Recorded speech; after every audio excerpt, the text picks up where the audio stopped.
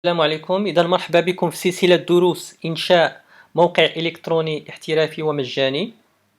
إذا غنبداو على بركة الله بمثال. إذا غنشوفوا مجموعة ديال المواقع اللي ممكن نصاوبوا بحالها. إذا أول موقع هو موقع رسمي للثانوية الإعدادية الفارابي. إذا لاحظوا الزواقة ديالو التصاور ممكن نحطوهم فيما بغينا. موقع فيه آخر المستجدات، في واحد الكالندري إن شاء الله غنشوفوا كيفاش نديروا ليها. ايضا فيه جديد المرئيات اللي هو مكان فيه كنضيفوا فيديوهات من اليوتيوب. اذا نشوفوا كيفاش غادي نضيفوها ان شاء الله. اللي كيميز هذا الموقع هو انه إليميتي في لي ريسورس ديالو، بمعنى ممكن تضيف الصور اللي بغيتي، الفيديوهات اللي بغيتي، والمعلومات اللي بغيتي. موقع ثاني هو موقع ديال المركز الاقليمي للامتحانات باسفي. اذا لاحظوا كنتحكموا في الزواقه. اذا هاد جوج المواقع فهم مخدومين بنفس الطريقه اللي غنوريكم ان شاء الله، ولكن ممكن تحكموا في الزواقه ديالهم وفي الالوان تاعهم. اذا شوفوا معايا الموقع. كاين عندنا مثلا جديد المترشحين، الثانوي التاهيلي، ملفات للتحميل، ثم روابط اخرى. ايضا موقع هاد المره بالفرنسيه، هو موقع ديال واحد الماستر بكليه بالدار البيضاء اللي هو ديفلوبمون تيريتوريال ماناجمنت لوكال.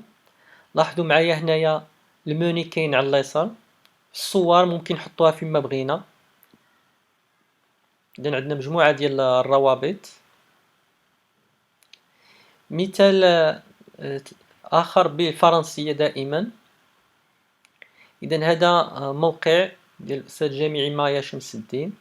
اذا هنا ديتكم مباشره يعني الصفحه ديال فوتوي فيديو. في هذه الصفحه عندنا واحد الالبوم، اذا البوم ديال الصور.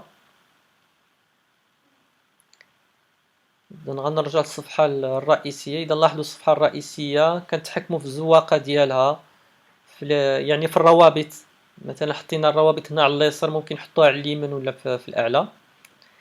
مثال اخر هو موقع رسمي للمديريه الاقليميه لوزاره التربيه الوطنيه والتكوين المهني باسفي. اذا هو موقع رسمي وكيعرف واحد الاقبال كبير بزاف. اذا لاحظوا فيه الروابط كاينه في الاعلى، عندنا مكان للبحث، عندنا المستجدات، عندنا جديد الانشطه،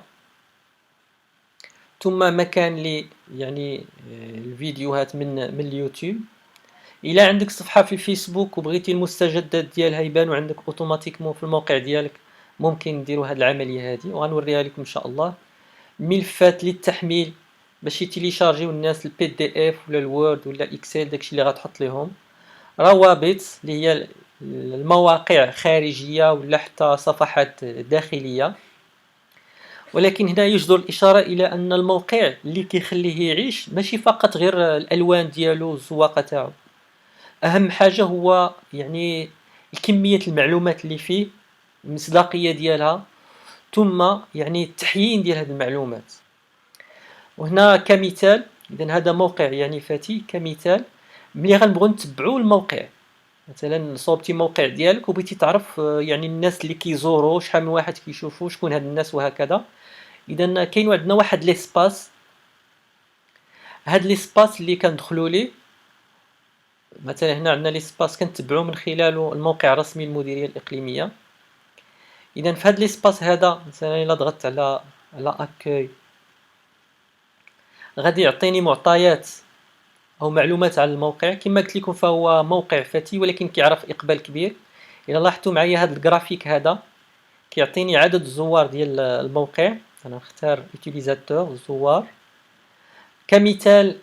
هنايا عندنا يوم الاربعاء 21 شتنبر 2016 زار في هذا النهار فقط 1815 الواحد اللي زار الموقع، والحمد لله ما تبلوكا ما والو. ايضا عندنا غادي نشوفوا ان شاء الله كيفاش غنوصلوا لهاد ليسباس هذا، ونشوفوا ثاني حتى في لو طون ريال. في لو طون ريال بمعنى في اللحظه اللي كندوي معكم انايا دابا كنحاول نشرح لكم هذا الشيء، ممكن نعرف شحال من واحد كيزور الموقع دابا في هذه اللحظه هذه. مثلا جوج، عندنا هاد جوج الناس فيهم واحد كيستعمل لورديناتور ديالو وواحد كيستعمل يعني التليفون. وممكن تتبعوا في هذه اللحظه هنا هذا الرقم جوج راه كل مره كيطلع كيقدر يوصل حتى يعني ما لا نهايه من الزوار. مثلا حاليا دابا كاينين جوج الناس اللي هما كاينين دابا كيشوفوا الموقع. اذا حنايا بالنسبه لينا حنايا باش نحاولوا نصوبوا الموقع ديالنا غادي نشوفوا مثال لموقع ديال المؤسسه. غنشوفوا كيفاش نضيفوا ليه هاد الصور وروابط ونختاروا الالوان وهكذا. ايضا غادي نشوفوا بانه كاينه امكانيه نجيبوا ناس يتعاونوا معنا ويخدموا معنا في السيت. ولكن داكشي اللي غيكتبوه فهو كيتافيشا وكيتبوبليا بالسميه تاعهم. ايضا ممكن نتحكموا في هاد الناس فينا بلاصه غادي يكتبوا، مثلا نعطوهم يكتبوا في الانشطه، واحد يكتب في الانشطه واحد يكتب في ميديا، بحيث ما يكونش عنده يعني لاكسي الوصول للبلايص الاخرى. ثم غادي نشوفوا كيفاش الصفحه ديال الفيسبوك ديالنا الجديد ديالها نضيفوه للموقع ديالنا.